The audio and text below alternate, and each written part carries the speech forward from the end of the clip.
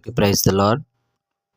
మన ప్రభువును రక్షకుడైన యేసుక్రీస్తు ప్రభు వారి ప్రశస్తమైన నామంలో మీ అందరికీ శుభములు తెలియజేస్తూ ఉంటున్నాం. ఈ దినము హెబ్రోను క్యాలెండర్ వాగ్దానము ద్వితీయోపదేశకాండము 11వ అధ్యాయము 12వ వచనాన్ని చదువుకుందాం. ద్వితీయోపదేశకాండం 11వ అధ్యాయము 12వ వచనం.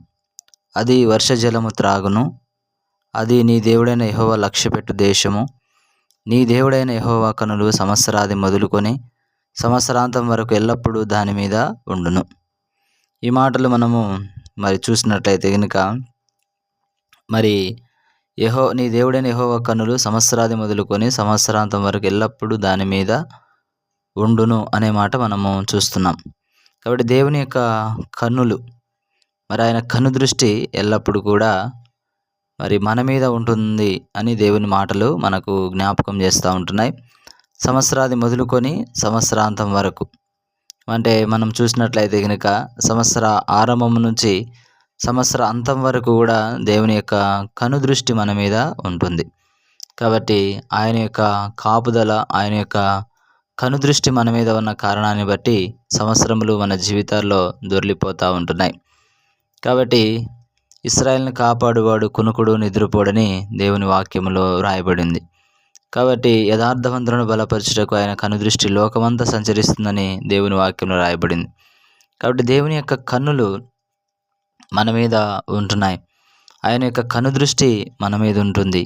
కారణం ఏమిటంటే మనలను కాపాడుతూ, మనల్ని భద్రపరుస్తూ, ఈ లోకంలో విశ్వాసంలో నుంచి మనం వైదొలగకుండా, విశ్వాసంలో స్థిరులుగా కదలని వారిగా ఉండి ఆయన మహిమార్థమై మనం ఈ లోకంలో జీవించాలనేటువంటి ఉద్దేశంతో దేవుని యొక్క కనుదృష్టి మన మీద ఉంచుతూ ఉన్నాడు.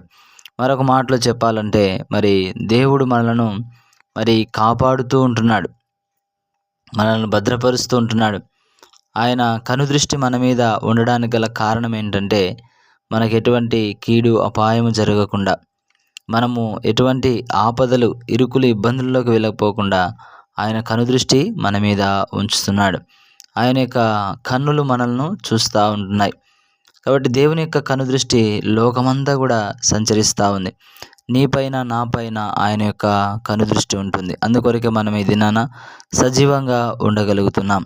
కాబట్టి మనము ఈ దినాన సజీవంగా ఉన్న కారణాన్ని బట్టి మనము ప్రభువును స్తుతించవలసినటువంటి వారంగా ఉంటున్నాం, ఆరాధించవలసినటువంటి వారంగా ఉంటున్నాం. ఆయనే స్తుతులకు, ఆరాధనలకు యోగ్యుడైనటువంటి దేవుడు.